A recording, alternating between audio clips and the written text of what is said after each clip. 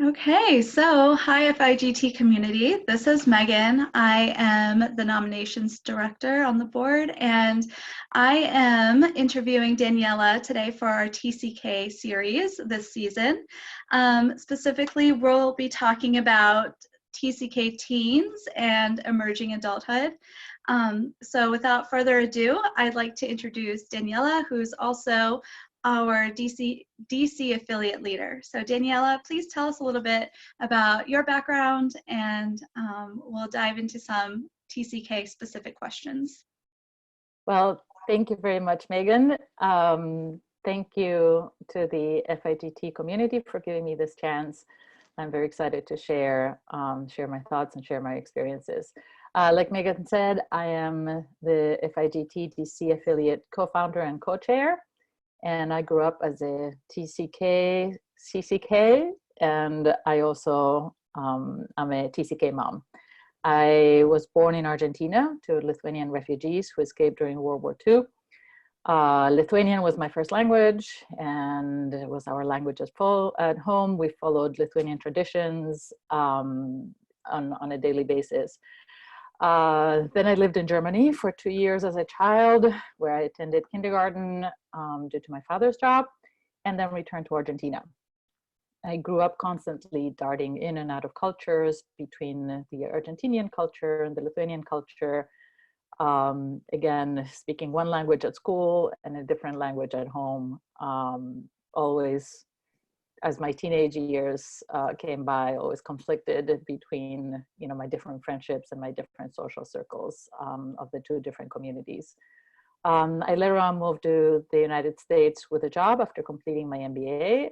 At that point, I was 24, and I married another CCK who was also a TCK, Lithuanian American, and we had two boys who, again, we raised following our own traditions as CCKs. Lithuanian was their first language. When they started kindergarten, they did not speak English. So we sort of maintained that tradition with our own kids. But then due to my husband's job, we relocated to Beijing, China, where we lived for 7 years, and then Jakarta, Indonesia for 2 years. And that's where my kids developed their identities as TCKs. And we returned to the United States almost 3 years ago. So that's sort of my short/long story. Exactly. Yeah. Danielle and I had the opportunity to spend a few days together actually in DC not too long ago. And when we first reunited, we said to each other, can you remind me of your TCK, CCK story? And it was just a matter of, oh my goodness, yes, that resonates, because even my own TCK experience, I grew up in 6 countries, and as an adult, I've lived in 4 more. And so you all can imagine the conversations we had endlessly about talking about our own experiences and finding those connecting points. Yep.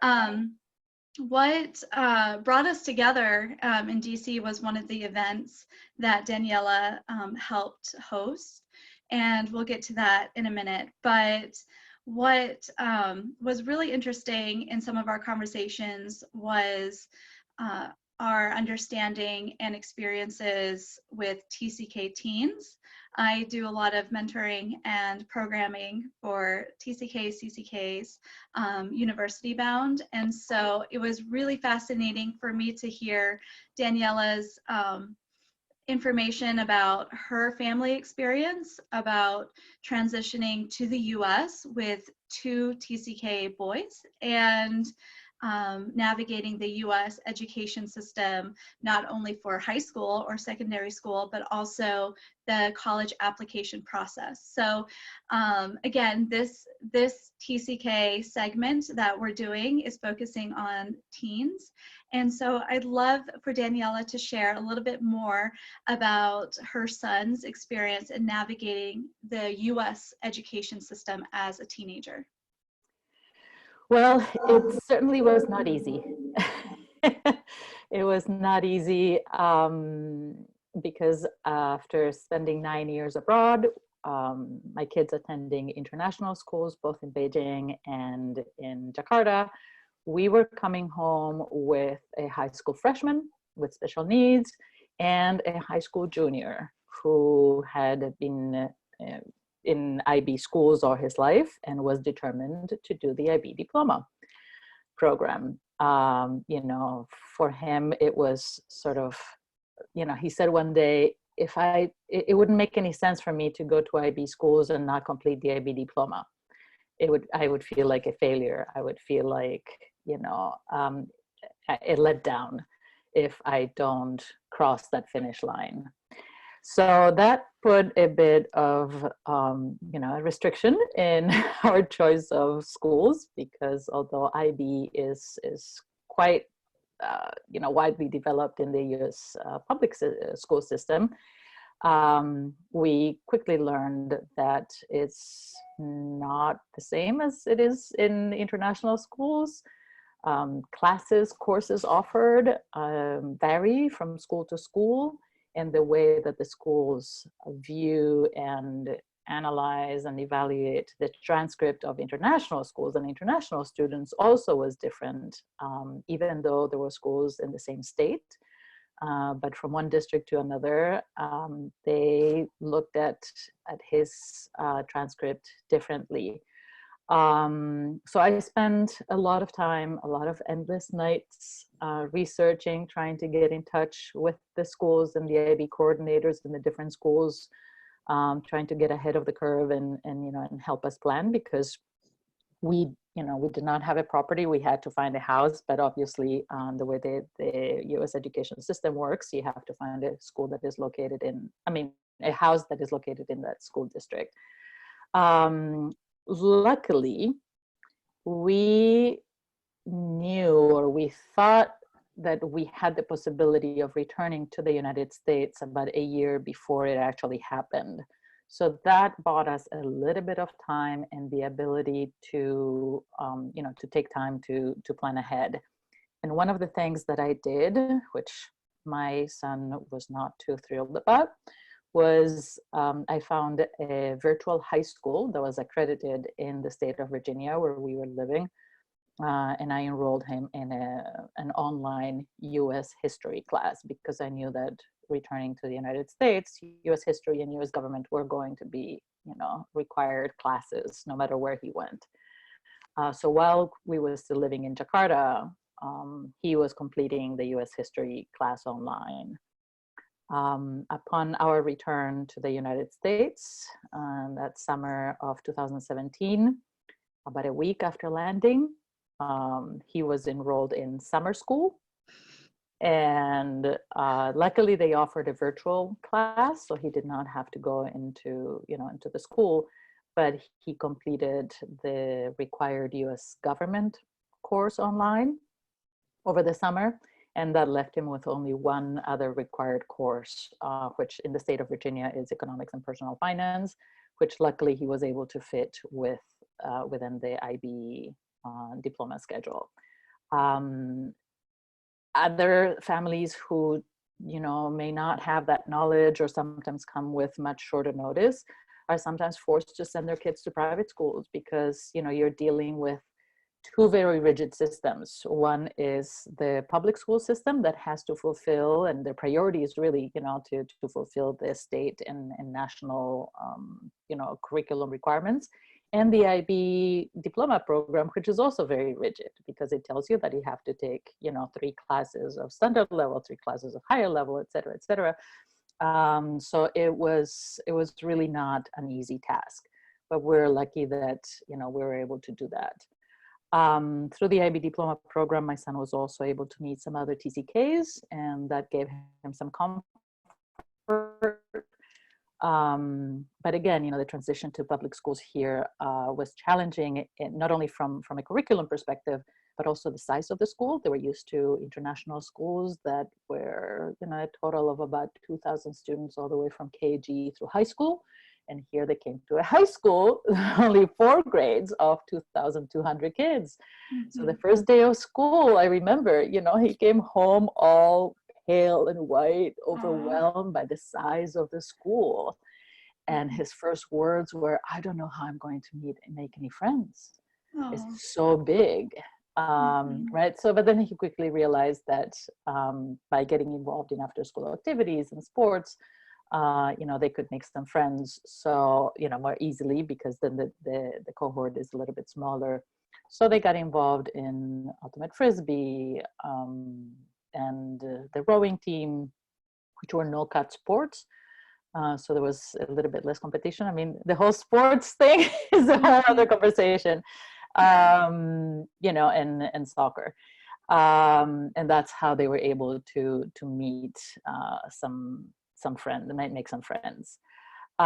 We learned that the IB program, although it is international, it is implemented differently throughout the world, and the way they do it here is different than in international schools. And there were some challenges in terms of curriculum misalignment and some education gaps. And that is something that's, I feel like sometimes when they transition from one international school to another international school is not as evident. But returning to the United States, definitely that was much more evident. Yeah, and it Um, speaks into your proactiveness to help them yeah. know about requirements. So Yeah, but good on again, you. like I said, we were lucky that we had that time to do that. Hmm. Sometimes, you're not Yeah. as lucky to do that. Hmm. And then so he completed the IB diploma with a lot of hard work, and then it came, university search, college search process and selection. And that was also a very interesting process because, for me growing up in Argentina, it was entirely a new process as well. So I was Hmm. learning together with my son and trying to guide him in the process. Um, so for him, his priorities were mostly location, size. Having had the experience of moving from sort of a smaller environment to a very large environment, he did not want to go through that again. So, medium size was sort of one of his priorities. He was very interested in the work-life balance and access to the outdoors. I think having lived in a place like Beijing, where our outdoor activity was very frequently limited because of high pollution, Hmm. my kids learned to appreciate the outdoors a lot more, and that was, one of the things that he really wanted to have easy access to. He didn't care about sports. He didn't care about Greek life. He didn't care about ranking. He was interested in finding a university with a diverse student body, but not necessarily international. Even if it was domestic, he was not interested in applying to the local public universities, because he realized that all his friends who had grown up here were going there. And he says, Hmm. then I will be, I will be a misfit, because these people grew up together since kindergarten, going through the same school system. And that's really, not what I'm interested in. I'm interested in, diversity, even if it is domestic diversity, right?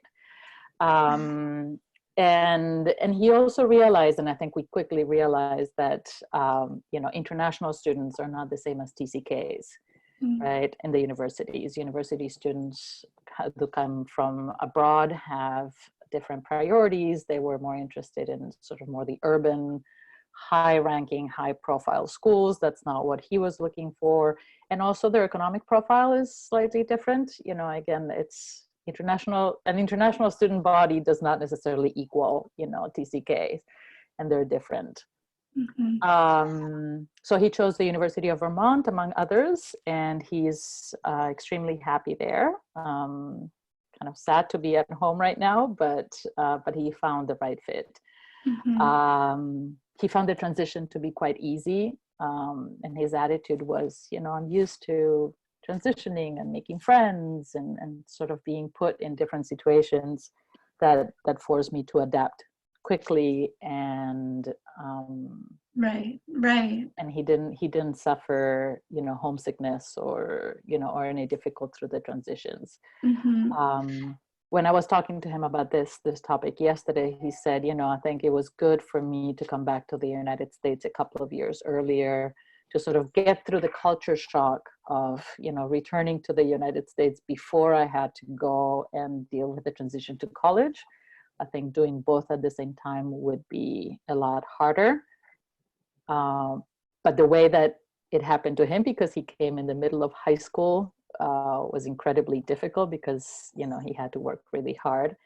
And he also admitted that the level of education of the international schools overseas was probably more preferable for him. He felt that the level of education was better, but he was glad that he had sort of those 2 years to sort of you know, adapt to life in the United States before he had to, you know, transition to college on his own. Yeah. Thank you for sharing those stories of what your sons have navigated, both in the U.S. secondary school system, but also the application process to university. You touched on so many different facets of that and different levels of what a parent needs to consider and a TCK student needs to consider.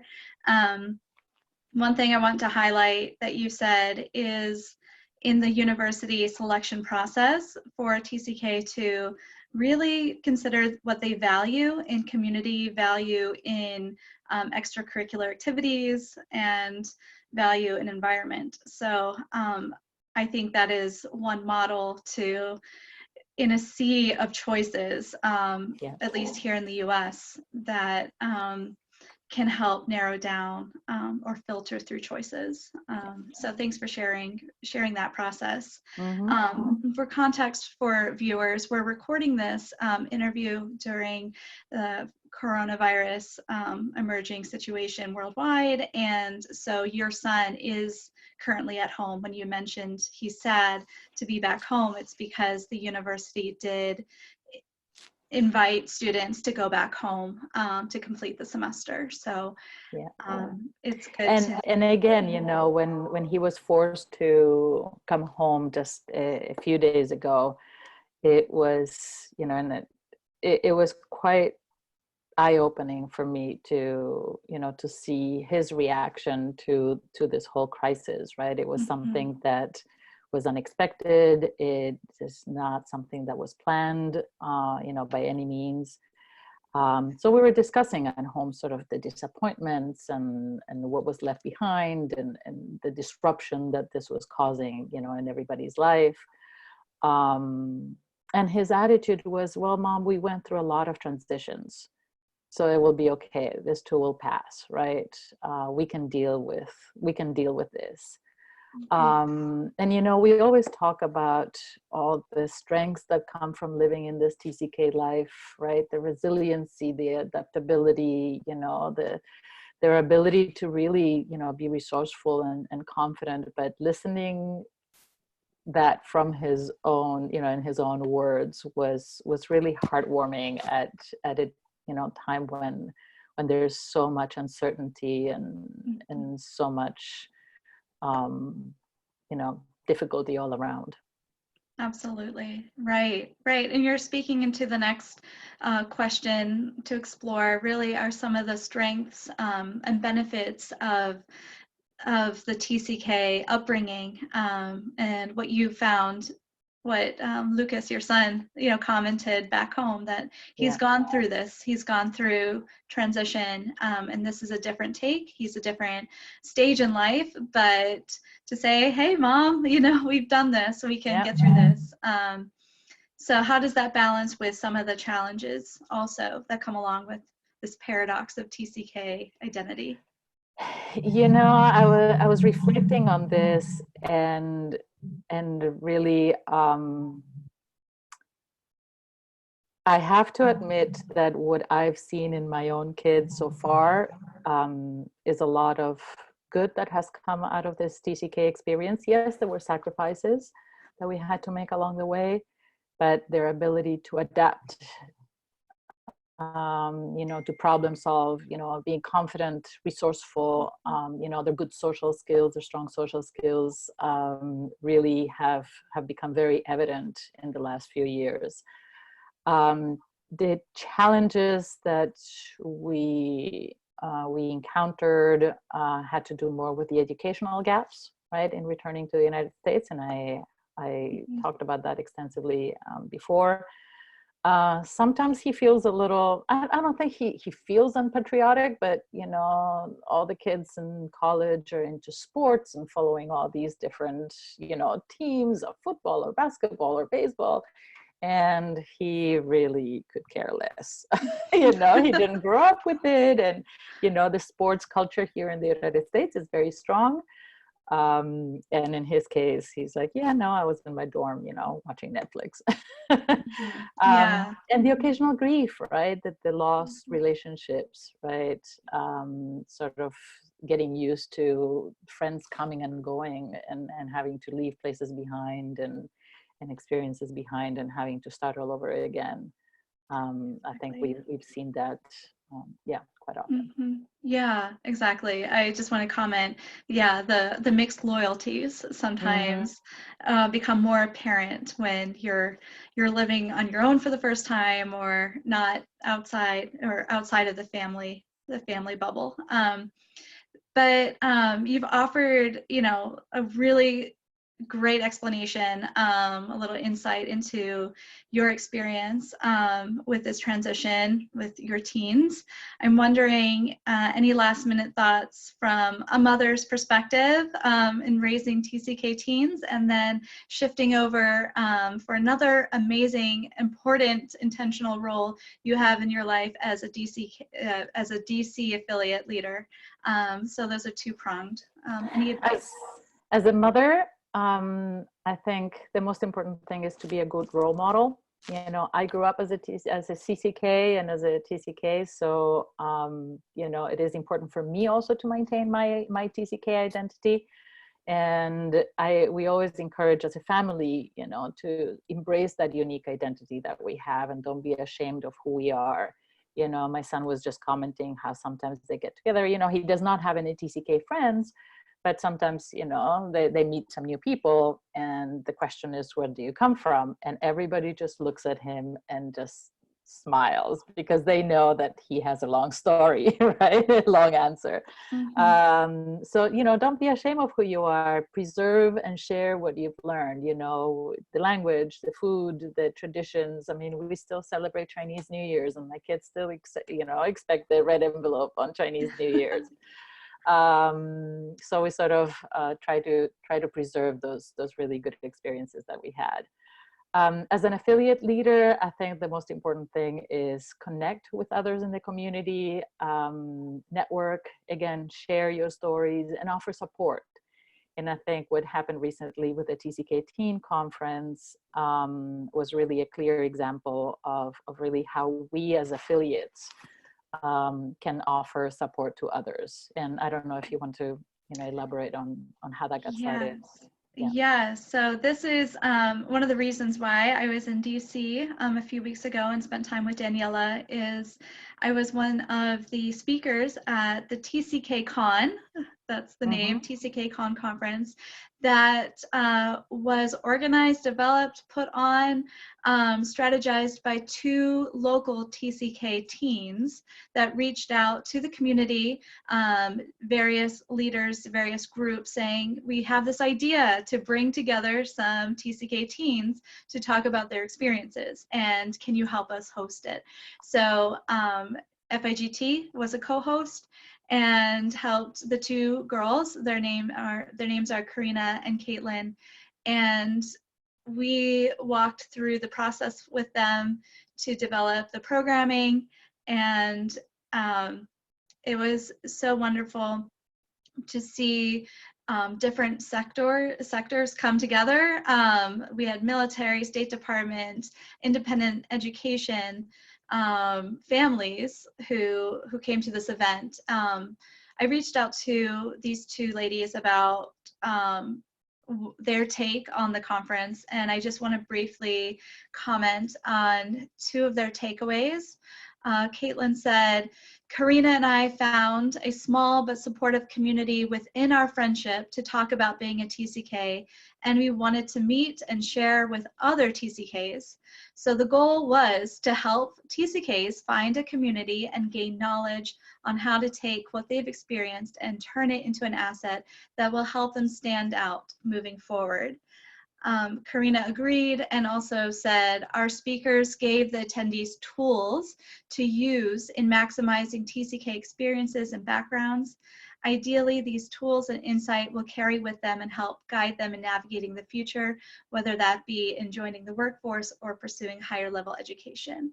And so it was a platform for speakers to give the tools, and then afterwards in small groups we met and said, okay, let's begin processing our story and understanding how we can shape it for different audiences. I think what was Yeah. interesting was also that some parents attended the conference. So part of the breakout sessions was me actually talking with parents and how parents can support the TCK teens through transition in a globally mobile life. And that also opened up very interesting discussions. Mm-hmm. So yeah, exactly. So Daniela, what would you recommend to other affiliate leaders to maybe duplicate this kind of event? How was that process for you? I think, again, building that sense of community, building awareness about who FIGT is and the resources that FIGT has to offer, right? The reason why Karina and Caitlin came to me was for mentorship, and really they were looking for speakers, right? Some experts in different topics that could help them put this event together and offer something of value to their community. And I think FIGT as a global community is an incredible source of experts and resources in different topics that could really, offer a lot of good advice and resources to even teenagers, not just the adults, but the teenagers who are also, sometimes struggling with the sense of identity and struggling through transitions. And it's important to also support them and help them give them that vocabulary and that sense of belonging that it is, to be a TCK even when you're a teen. So don't limit yourselves to the adult audience is my recommendation. Reach out further.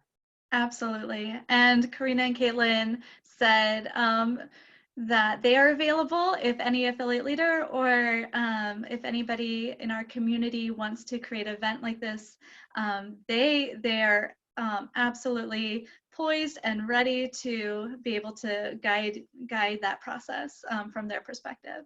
So I just wanted to highlight that they were the initiators of this conversation, and FIGT was a vehicle to help create this community for the young TCK teens in DC. So thank you, Daniela, for your hard work. Thank you, Megan. And thank you for sharing your story, sharing a bit about the process for you re-entering the US. That's a whole nother facet for you as an individual, as a mom. But we really appreciate you taking the time to contribute to our TCK series. My pleasure. All right. I'll see Thank you you soon. Okay. Thanks. Bye.